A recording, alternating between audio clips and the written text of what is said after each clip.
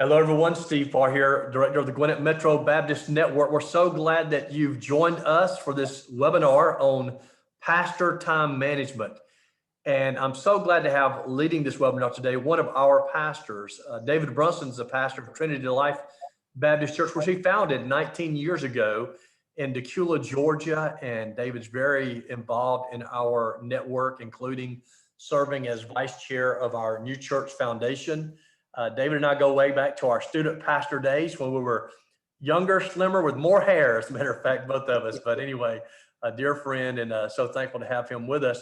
David also, one reason he's really qualified to lead this, not only is he a fantastic pastor, he's bivocational, so he is really stretched. Now, I've lived in the bivocational world, but David's been there many, many years. I was just there for a few years. As a matter of fact, David holds a master's degree in electrical engineering, and he works for a company called Perkin Elmer. I almost said it wrong, David. I'm sorry. But say it. You're right. Like Perkin Elmer, is that right? That's it, Perkin Elmer. Yeah, it is a biotech firm. He's an electrical engineer. That's what he holds his master's degree in. So he's a high-level leader in the corporate world, but also as a pastor. And so you talk about somebody having to juggle schedules and balance time. So he's speaking from a pastor perspective, corporate perspective, the bivocational pastor perspective. So all those. So he's going to kind of drive this train today, and I'm going to kind of give some color commentary as he gives the play-by-play, and I'll ask some questions. And also, just so you pastors know, this is a strength of mine. I have administrative gifts. If I can help you in this area with time management, I'd be glad to share and help you in any way I can one-on-one. But today we want to share with all of you just some good wisdom on getting a grip on your time as you minister to your congregation, as you balance family and work and ministry and all those things. But David, thank you so much for joining us for this webinar today. And thanks for your leadership here in the association. Thanks for your friendship, brother. So glad to have you today. Thank you, Steve. Delighted to be here. Glad to be a part of the Gwinnett Metro Baptist network of churches, being able to serve with the great team and the leadership that you provide there. So today, what I want to talk about is, I call it the time crunch. I've used the material today that I'm going to share in many settings, both corporate and ministry work. I've shared it with other ministry leaders throughout the Georgia Baptist. I've also shared it with ministry leaders at my church. My church is kind of unique in that all of us are bivocational, and so juggling the time issue is a big concern. And the one thing that we can give back to God that's tangible is our time. And so how do we manage that? It's crucial. Once it's spent, it's gone. It's no recovery to it. You just have to move from that point forward. And then I've also shared it with corporate leaders around the world, many who have reported to me in the past and now have gone on to do bigger and better things to gain traction in how they manage their time. It's just crucial. And as you elevate as leaders, you've got to learn how to manage that sweet commodity of that 24/7/365, because it just keeps coming at you and keeps going and going and going. It never comes back. So we'll walk through that today. I want to share it from some strategies that I have collected over the years. So none of this information is new to me. It's really, or anything that I've created, it's stuff I've gathered over the years in order to manage my time and be effective as a high-level leader. And so one of the things I want to open up this slide with is, and it's going to be interactive. It'll be a kind of presentation where you'll take it, you'll digest it, and then you'll go home and do some homework to figure out what works best for you.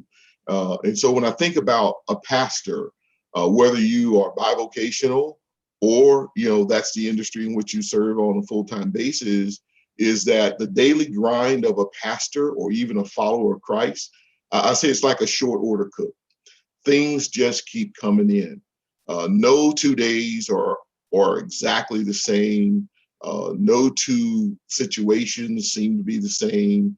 And the way you manage through all of those activities is kind of like a short order cook. And so one of the things you'll want to do is really determine, what is it are the things that you routinely do that you can actually put some rhythm to, some predictability to, so that when other things come in, like a short order cook, you have places and spaces to deal with those without wreaking havoc on your schedule. And so, these are things you'll think about. You'll just jot those down as you come through. And at the end of this, I'll give you a tool that do help you with inventorying of your time over a week or two. And then you can come back and really fit into the strategies that we're going to talk about today. And so when I think about, this idea of time management, I will be honest with you, no one person can tell any other person exactly how to manage every minute, of the days and nights of their time, because we're all different. And we should implement time management strategies that fit our personalities. Some people are morning people, some people are night people, some people are midday people. And our personalities and our preferences really determine in a very large extent the way we manage through our days in everything that we do. So I won't give you a prescriptive as to you need to do this strategy or that strategy to manage your time as a bivocational pastor or a full-time pastor, but I will give you what I've learned is 3 basic strategies to managing your time. And I will tell you, no one strategy is a go-to for everything. I will tell you for myself, and if we were ever to get together, I'll show you my calendar, is that I'm more of a hybrid of these 3 because there are certain things that work best in one strategy that don't lend itself to the other, and so forth. But I hybridize all 3 of them together to give me the best fit for my personality and how I like to move things. So there's 3 popular strategies that people have looked at to handle this grind that we have every day. And no single strategy is going to be the go-to all for pastors or people in general. And so these 3 strategies, what I call the weekly flow, the daily flow, and then what I call the ebb and flow. And I'll walk through each of those to really give you the principle behind each one and to talk through what fits best in each of those workflows. And then you step back, do an inventory of your own time, and then put together, what this hybrid model will look for you. I'll tell you, I am more than willing to help you with that process. I've helped literally hundreds of professionals and ministry-minded people do this, and it gave them the ability to get a hold of their time management in a much more powerful way. So let's walk through the first one. It's called the weekly flow. And when I think about the weekly flow, if you can picture in your mind certain events that happen every single week, you have a rhythm. Every Tuesday, I have a business review. Every Thursday, I have a meeting with my worship team leader. And so it's a weekly flow of events that happen at the same time every single week. Here's a quote from Earl Palmer. He says, "Until you can make sense of the 7 days, you can't make the most out of an individual day." And that is so true. And what this requires you to do is think about the predictive rhythms that happen on a weekly basis. And when I think about the weekly flow, it may be even things that happen every month at the same time or every quarter at the same time. I pull this in from a corporate point of view because every month we have business reviews. Every quarter we update forecasts that go to Wall Street. So there are certain things that happen in a rhythm, and I want to identify what those are and make allotments for those. So when you look at the weekly rhythm, as I said, you're looking at the different tasks that happen at the same time, either every week, every month, every quarter, or even every year. You just know certain things happen in a rhythm. And the idea about those rhythms is you want to be able to block those times off so that they're protected and those individual things happen in that rhythm. Now, I will tell you, everything doesn't happen in a rhythm. There are some things in a ministry crisis situation that just happens. There's no predictability to it. And so this is not about trying to figure out what time slot works best to do ministry crisis situations. This is really things that are outside of that, that no matter what happens, it happens every week, every month, every quarter, every year at the exact same time. So you want to identify what those are. Hey, David, Steve, you want to stop, discuss, that's very much so welcome. Yeah, something I do, I put together a Word document. I did this many years ago. It's just real simple, January, February, all the way through December. There are certain things I have to do every January regarding whether it's, preparing my taxes or whatever. There's certain things every January, February, March. So I've kept that list for several years. So at the beginning of the month, I look at it. It reminds me of certain things that need to be accomplished this month, because the weekly things are easier to remember than the annual things sometimes, if that makes sense. That's correct. It's good to have those annual things to remind myself. In March, these things happen. In April, these things happen. Nominations, if you're in a church, or budget preparation, those things. So it helps me on the monthly flow to have a list like that for myself. Yeah. And Steve, I'm bivocational. So, when I tell people that, I have a full-time job where I manage the entire Americas. It's about a $370 million business. And I've got over 1,000 employees. In addition to that, I pastor a church here in the network. I'm a full-time father, full-time husband. I'm a grandpa to 8 and a dad to 4 adults.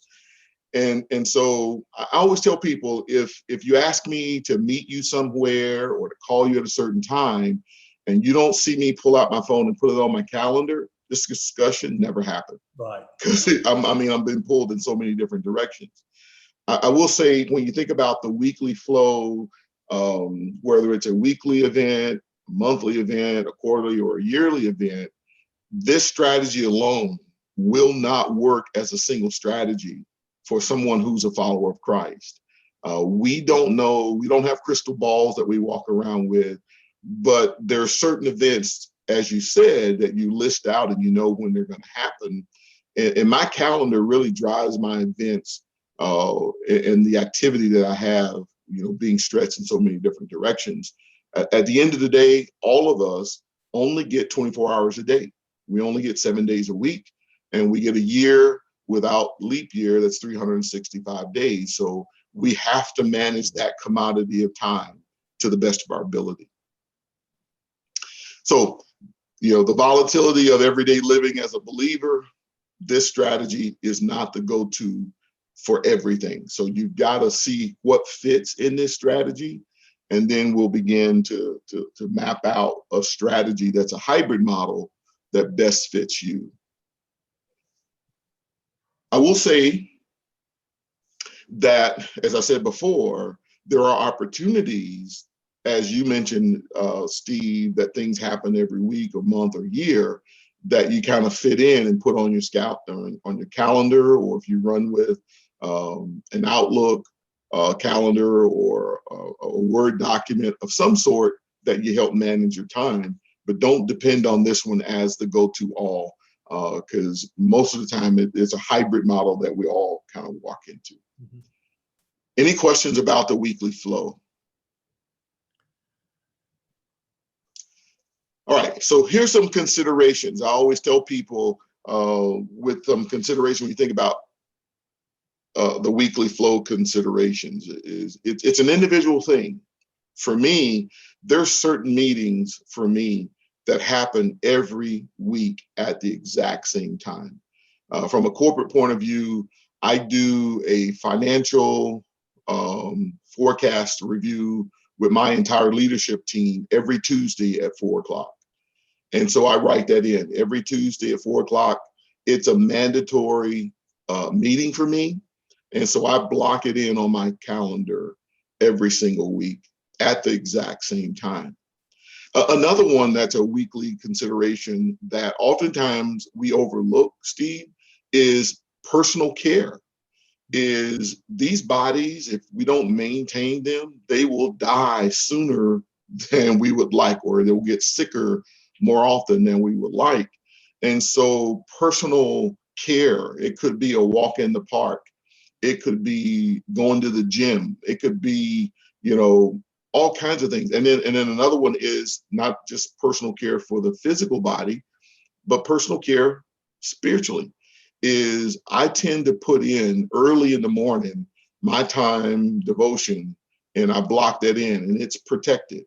That I don't schedule anything else around that. It's just my time alone with God, where I'm praying and studying for personal reasons, not just to preach, but this is a personal devotion for myself. And then after that, I go take a walk in the park, and that's protected time.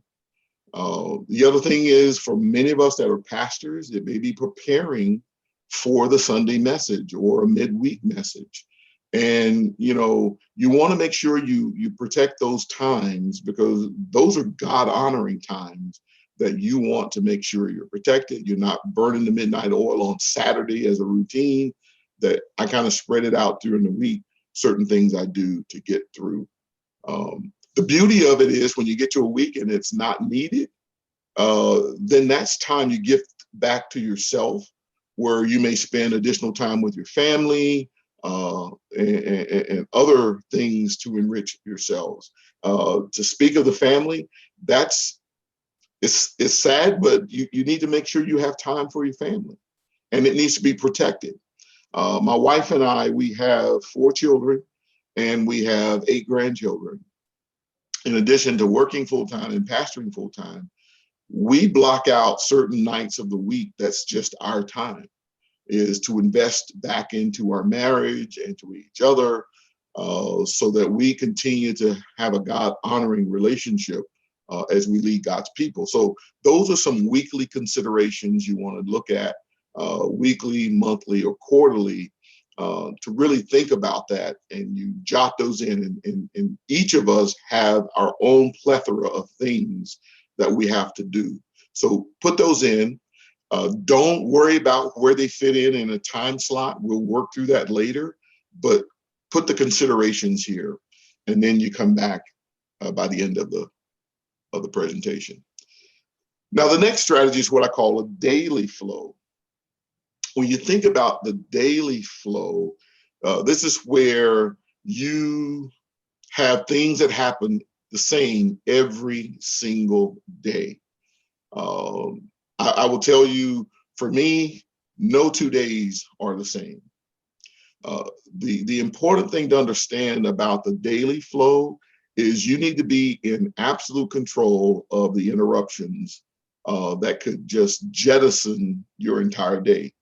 If there's certain things that have to be done every single day, and you get the interruption that comes in from the person that likes to talk a very long time, you're either going to work a very long day to get that work done, because the next day has its own set of challenges that are daily flow kind of days, or you're going to extend your week beyond what you would imagine just to catch up and get the things done before the next week starts.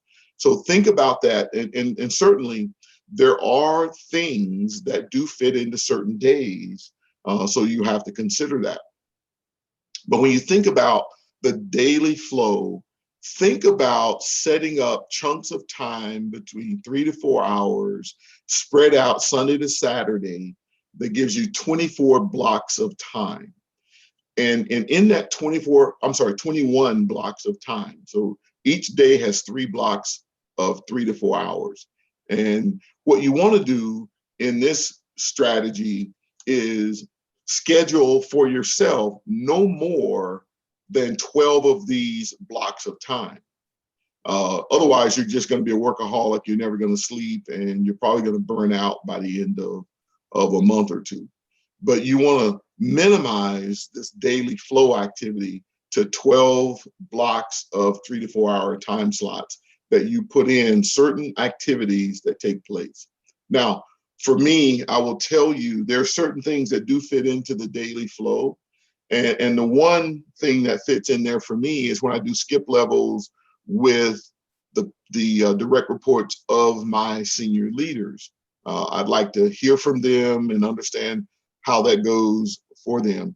And I block in 3 to 4 hours every month or every quarter just to spend time with those individuals. And it's just a block of time that I set aside to give them undivided attention. Nothing else gets on the calendar to interrupt with that.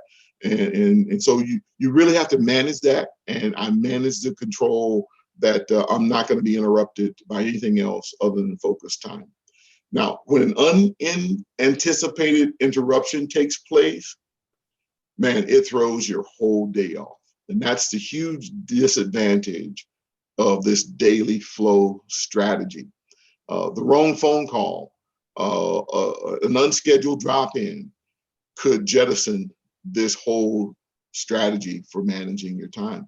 And quite frankly, when it comes to ministry, we have no idea when the emergencies are going to come. And to be effective as a servant to the people that God has called us to serve, we want to be able to give them that undivided attention. It's just unfortunately, if you just depend on the daily flow strategy, it's going to extend your days and nights quite a bit. So consider that carefully. It does work for some people, but I will say most of the time, you're going to fit this into a hybrid fashion. I would add a couple things there. One is if you're doing a 7-hour day or a 10-hour day or 12-hour day, whatever it is, let's just say a 10-hour day for sake of discussion. Don't schedule yourself 10 hours of work. Schedule yourself 7 hours of work. Build in those times. And that's one thing I try to do is anticipate how much time I have that day for work, so to speak, versus family, and never to fill it up, but to leave a little margin in there for those interruptions. And that always helps me not to overschedule the day. And Steve, you're so right. I think one of the false misconceptions of time management is to fill every single hour with something. And that's not necessarily healthy. There needs to be some blocks of just nothing to do so that you can have quiet time to recover, to meditate, and to give attention to family and other things. So well said. When I think about people that depend only on the daily flow strategy, they tend to be excessive workaholics, and they attempt to do too much in a given day.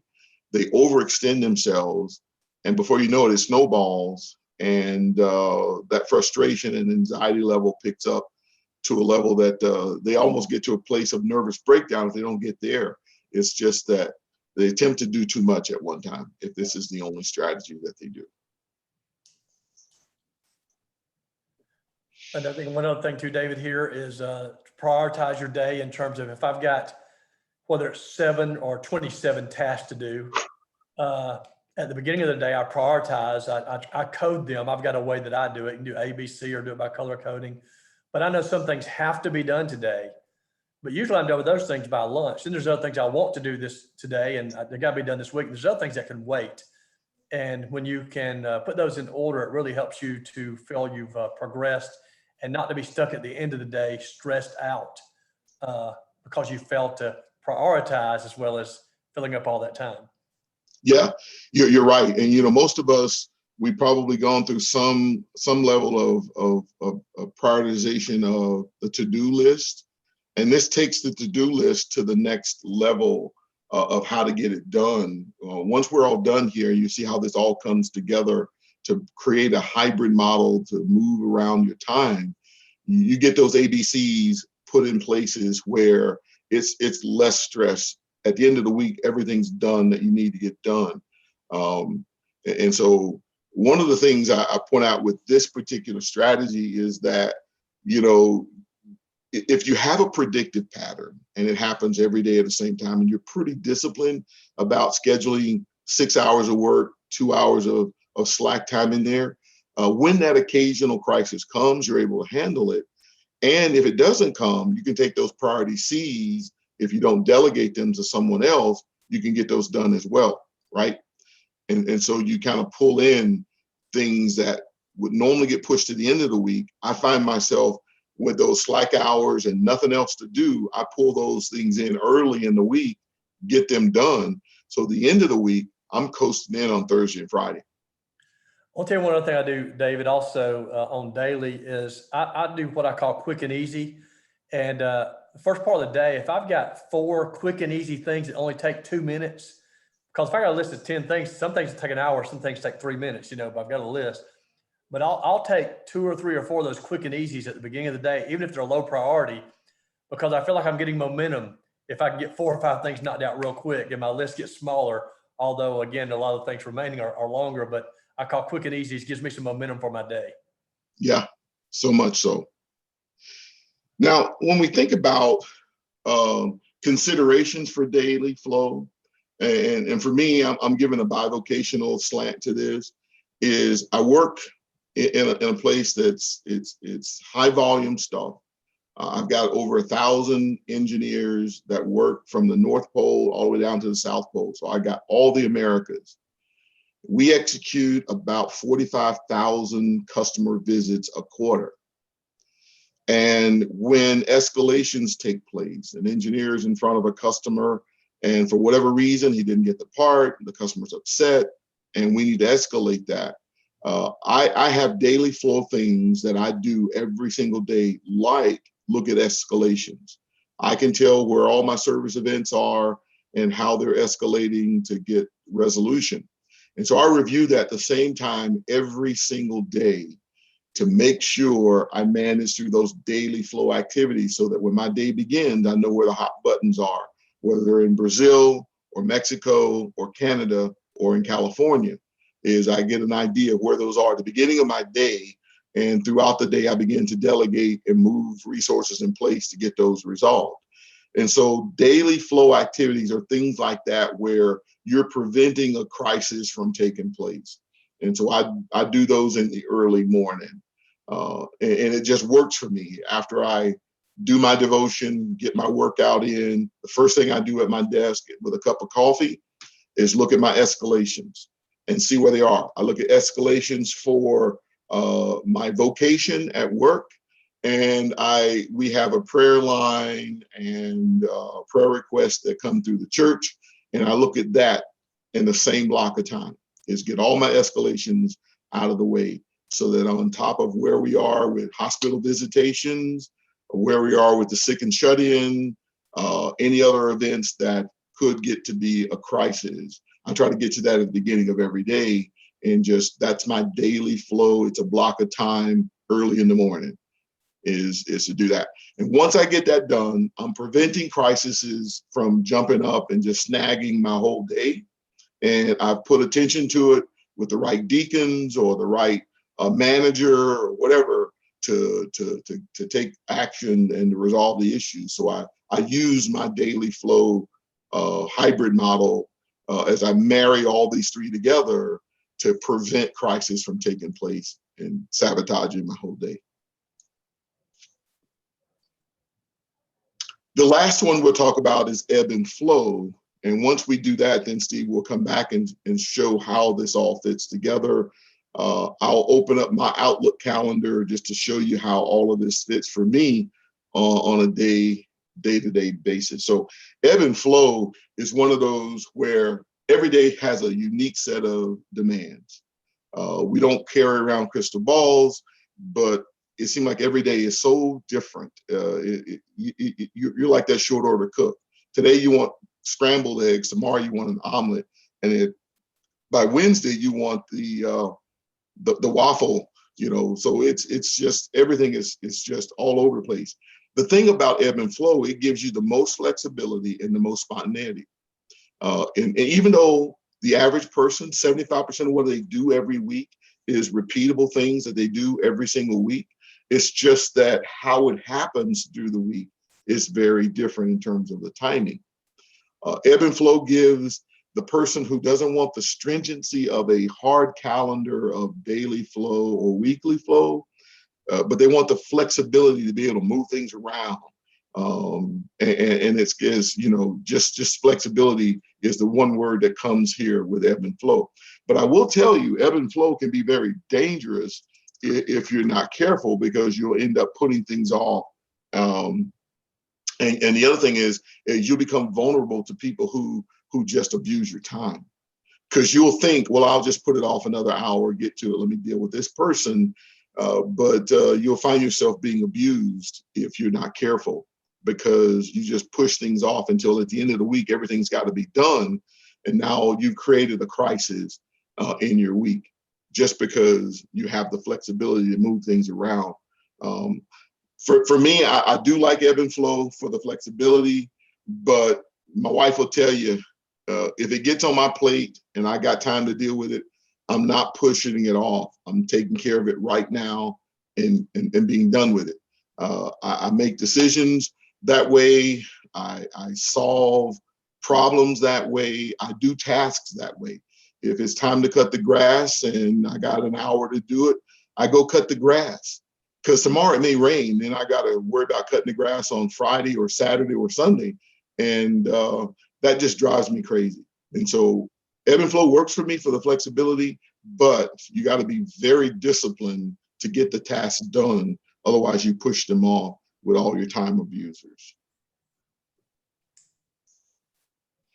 When you think about ebb and flow, the beauty of ebb and flow is that it just gives you a clean slate every single week. It's for people who don't like to be organized. It's for people who like for things just to drop out of the sky, go on their calendar at the moment, and they just get it done. I will tell you that pastors and high-level leaders generally don't use ebb and flow as their only strategy. They put some stringent controls around it because of the pressure as that high-level leader, whether you're in the church, or you're serving in ministry somewhere else, or you're serving in the corporate environment, is that on average, I average between 70 and 90 meetings a week. And so ebb and flow does not fit as the catch-all for me. There's no way on Thursday and Friday I'm going to do 90 meetings, because I just want to be flexible Monday, Tuesday, and Wednesday. I've got to spread that out so I can control it and then make sure what has to take place gets done before the end of the week. And so I just say that with a bit of caution, is just any one of these strategies, whether it's weekly flow, daily flow, and ebb and flow, they look attractive, one of them to you, but you will need to use a hybrid model of these in order to be effective. David, it's interesting you said that. I use probably the daily flow with a hybrid of the weekly flow. And but I appreciate how you're presenting options. And when I've worked with staff, for example, I've always said, you don't have to use my time management system, but I do require that you have one. I think it may be the challenge with pastors is it's not what system that you have, but sometimes you don't have one at all. And so you're always scrambling, you're always stressed. And so one thing David's trying to present here is, hey, there's more than one way to skin the cat, more than one system, but you need to have a system in mind and keep working on it to take most advantage of your days and your weeks. You know, Steve, you said that, and I really appreciate that too. It's one requirement I have, not just in ministry, because when we bring in people, they go through new members and all the basic stuff there. But if they're going to be a leader in our ministry, I take them through this time management training, and they have to have some way of managing their time. I do this also in the corporate world, is if you're going to be a leader under me, I need you to know what your time management strategy is and you use it. Because one of the things that are very important to me is the person, the whole person. I don't need you 3 months down the road to be completely burnt out and you're ready to walk away from ministry, or you're ready to walk away from your job in the corporate world because it's just too much of a demand on you. There's one thing each of us have, and that's our time, and we should control it to the best of our ability. And I think as high-level leaders, we owe it to those that work with us and for us to help them develop the strategy that works really good for them to be successful. And so this is one of the things I do every time I get a new leader, whether it's in ministry or in the corporate world, is to help them understand this commodity of time and how to manage it well. And people that manage their time well are great leaders. They are people that do get things done, and they do it with a sense of excellence because they plan for it, they execute against it, and when they show up with a deliverable, it's there, and it's not last minute thrown together. And so I think that's very important. Yeah, and I want to reinforce that, David, and I find that true because I'm around a lot of leaders for a lot of years like you are, and I find that is a common quality of effective leaders is they are good at managing their time. I'll tell you this one exception. It's the highest level leader who's very creative and has either an assistant or a chief of staff like the president. He does not have to manage his time. He's got somebody to manage his time for him. That's like the upper 1% in terms of talk about high level leaders. You've got staff to work with and somebody who's actually managing your time for you. 99% of us will never be there where somebody's managing our time for us. So we've got to have a grip on good time management skills. Yep, totally agree. So let's take a pause there, because one of the things I put in here is fitting in personal time. You got to make sure you take care of yourself. And no matter what time management strategy you implement, this, I call it a high wire act of being a follower of Christ. It requires balance. And so keep in mind, time is sacred and it is worthy of respect. As I said, as I opened up, my wife and I, we have 4 children and 8 grandchildren. And if we mismanage our time, we won't spend effective time with each other, effective time with our children or our grandchildren. And so that's from a personal standpoint. When it comes to ministry, the time is what we give to the churches that God has called us to, the staff that helps us support those churches, and then the community. You know, you think about Gwinnett Metro Baptist network of churches and all the things that we do there, and Steve, your leadership helping us be effective. It all revolves around this sacred element called time. And that balance is what we're trying to strike and do it in a way that's honoring to God. And so we have to be careful. This is from Freedom, Richard Foster, Freedom of Simplicity. He says, one must be careful not to become a frantic bundle of hollow energy, busy among people, but devoid of life. When I think about time management, you can run around with your calendar, you're writing everything down, get all this stuff in, but man, all you're doing is just beating the air. You want to be effective in how you execute against your time. You want to be people that pour into others to multiply yourself, because while we may never be the president of a country where we've got staff that controls our time, we can be effective at pouring in and multiplying ourselves and other people to be effective.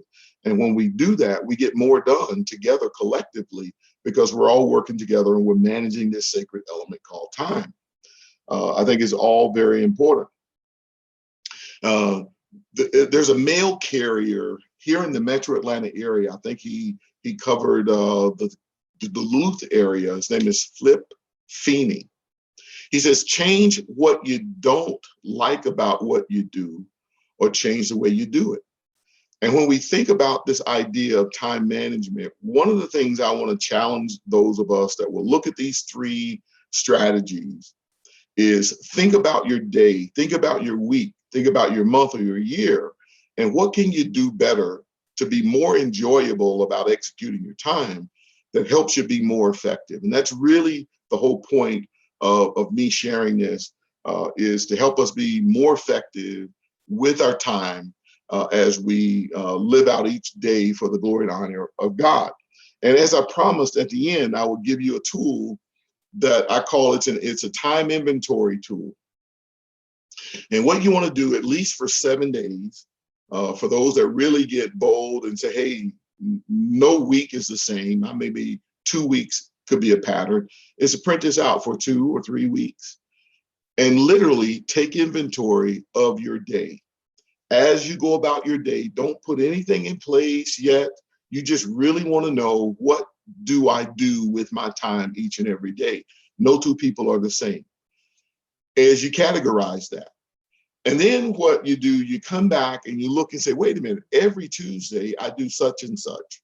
What if I move that meeting to this time slot where it's more effective, it's the best part of my day, and it's blocked in?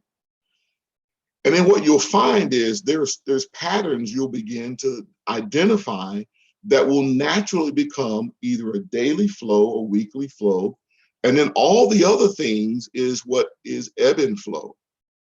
Is you put the patterns into a strategy that makes best sense for you. And then everything else becomes ebb and flow. So it gives you the flexibility, but the structure to manage your time most effectively. And this is what I do. I'm going to see if I can share, Steve, just a second. I'm going to stop sharing, and then I'm going to reshare my Outlook calendar, if that's okay.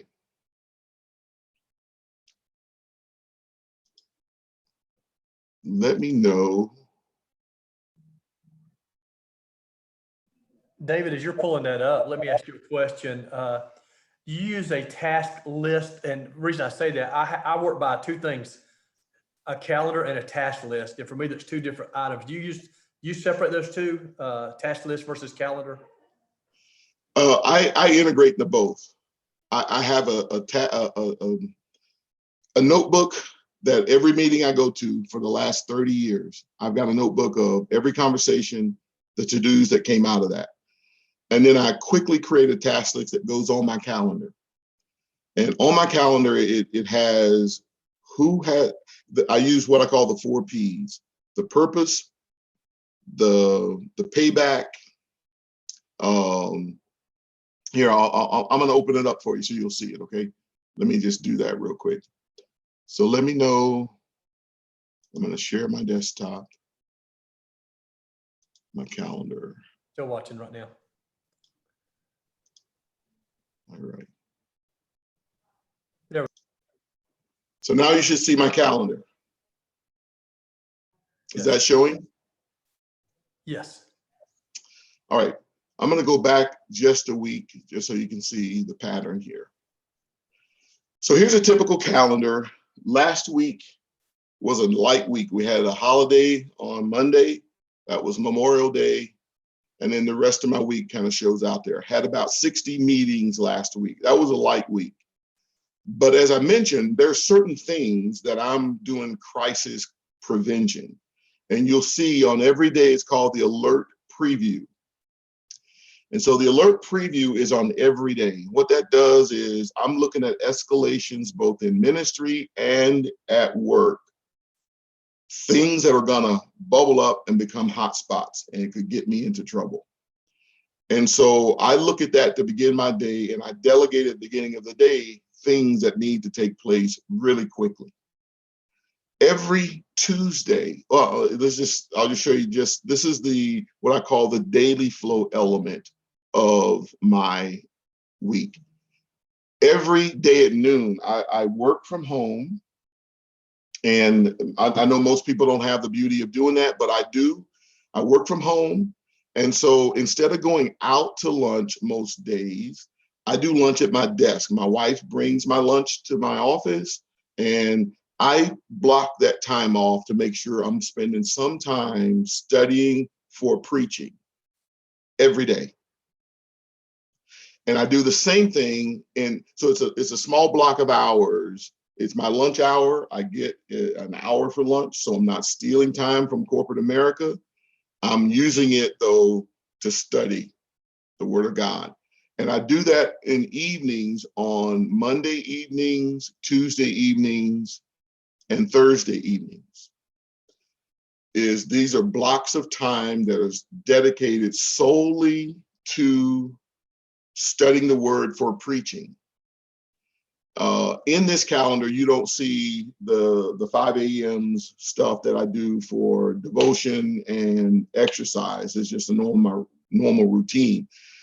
And then there are weekly flow events on this calendar. Every Monday afternoon, our men's ministry has what we call a game day huddle, where the brothers of the church get together either in person or on Zoom. due to the pandemic. We'll have a personal devotion that's led by one of the other men in our church. And then we'll just shoot the breeze about a game, whether it's SEC football or basketball or baseball, just to have fellowship with the team. When we're in person, the devotion is led by one of the men, and we may have some small food item and we watch the end of a game. It's never the whole game. It may be the end of a game, but it's just an opportunity for us to break bread in fellowship, men with men. It's great to bring new men into the ministry because they begin to feel that camaraderie of other men. And we're being real men. We're talking about stuff that men talk about, right? That's the weekly flow. Another weekly flow is on Wednesday night. We have Wednesday night Bible study. That kind of falls in every Wednesday at 7 o'clock. On Thursday nights, I do personal phone calls to new visitors that come to our church. That's a weekly flow event for me. Happens every Thursday at 6 o'clock. It's a sweet time for people who have just gotten home, settled in. And most of the time I either get their voicemail and they call me right back, or I talk to them personally. So I put that time in to do that. And then on the weekends, depends on what's happening, the morning of Saturday is just blocked off to do pre-marriage counseling. Is couples that are thinking of getting married, I put that in to spend time with them. And so those are kind of my weekly events. Everything else, Steve, and the other weekly event is my forecast review at work. That happens every Tuesday at 4 p.m. Every Tuesday. The other couple weekly events is once a month, I'll meet with a select team of leaders that I hold an account. We're accountability partners at work, where we want to make sure how we're running the business is ethically sound. We challenge each other's thoughts and strategies to lead our teams. And it's really a moment of corporate devotion, I call it. I call it the strategic courtier alignment. It's where people who are on common ground come together. We strip out our titles and we really just have a powwow with each other to make sure we're moving in the right direction. Everything else on my calendar is ebb and flow. I have no idea when it's going to happen. These are open times that drop in on my calendar. I do tell people if they want to talk to me, they have to spend no more than 20 minutes if it's a short conversation. If it's a major strategy issue, no more than 50 minutes. I leave myself 10 minutes after every meeting to debrief personally, reconcile notes, and assign anything I have to delegate somewhere else. And so you'll see on most of those, you see that little 10 minutes at the end is open on most of the meetings I request that way. And it's just control of my time. Yeah, that's powerful. That's good. And one distinction between the way you do yours and I do mine, I told you there's more than one way to skin a cat, is my calendar shows you where my body is. That's all it shows you. It's where I'm at. And I have a separate over to the side, a task list. And one thing I learned, and I didn't create this, but this different what's called vertical and horizontal task list. And a vertical list is you write down everything you got to do this week. And before the week starts, you're overwhelmed because you got 100 things to do. I don't do that. I put what needs to happen on Monday, what needs to happen on Tuesday. So Monday, instead of having 100 things, I've got 17 things. I can manage 17 things. And actually only 13 of them have to be done. 4 can carry over. So I work on those 13 things, try to get those others. If not, I can carry those over to the next day. So I'm not looking at a list of 100 plus items. I'm always looking at 20 or less items, probably most days, that are to-dos. So my calendar is where my body is. My task lists are things that I've got to do today. So that's just a little bit of a distinction, but it's the same result. So no matter how you manage, what's better on your dashboard for you to see to keep you moving forward and getting your work done every day. Yeah. And then the other thing I want to show you, let's see if I have it here. Yeah, I manage by what I call the 4 Ps. I don't know if you can see this. Purpose, Can you every enlarge meeting, that? Can you enlarge that? I certainly can. Is that better? That's a little better. I'll go a little bit bigger. So to get on my calendar, every meeting must come with a purpose, a payoff, the major points that we're going to cover, and what the process of the meeting is going to look like, so that I get an idea of what I'm walking into. I have an administrator at work and I have an administrator at church. They both have access to my calendar. And nothing goes on my calendar unless there's a purpose, payoff, preview of the main points, and the process we're gonna go through, so that it preps me with what to expect. I've used this for years, and I'm now starting to see other leaders in the organization use this. Matter of fact, today I've got a one-on-one with our senior vice president of HR that want to understand my 4P system for getting calendar events so they can manage their time. And that's just, some of the things that I do. At first, it seems like you're being demanding with your time, but I tell you, if you don't put demands on how your time is spent, people will spend it for you. That's a fact. And one thing, when people have talked about me, they say, Steve, you are so productive. Well, I'm not the smartest guy in the room. A lot of people are smarter than I am.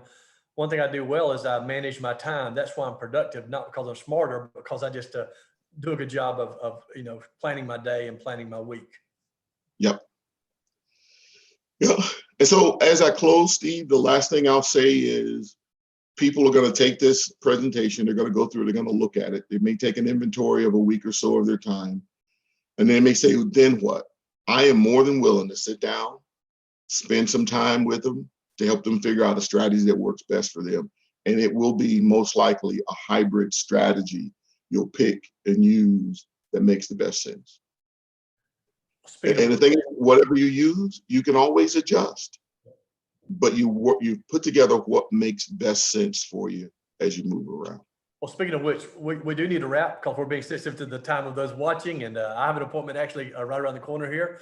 So David, share your contact information if someone wants to interact with you more about this subject. Yeah, so if you want to get a hold of me, feel free to call me on my cell phone, 770-331-3551, or you can email me on my Gmail account, which is Pastor Dave TLC, Tom, Larry, Charlie, RTH @gmail.com. Very good. And of course, I'm Steve at gmba.org. If you're a pastor, you have my cell phone number. If not, email me. I'll be glad to share that with you if you need that. And likewise, I'll be happy to help any way I can. So I'm glad David's here, though, to share, because a lot of you walk in his shoes. He walks in your shoes. And but I think, both of us have things to give to you. And I think it's great to have sources to draw from. That's the great thing about being a part of a network. We have gifted pastors who want to pour into you and to be a blessing to you. Pastors, I want to just challenge you and encourage you, again, not to do what David or I do as much as learn from what we do and develop a system that helps to make you productive so that you can do your best in ministering to your congregation and advancing the gospel into the community. David, thank you so much for your time today. It was valuable. That was powerful. I enjoyed it so much, and I appreciate you, my friend. Thanks so much for being with us today. Thank you, Steve. Take care. All right, guys. Thank y'all so much, and hope to see you again very soon. Go to GwinnettMetro.net, go to our Facebook page, Gwinnett Metro Baptist Network, and see more things coming very soon. Take care, guys.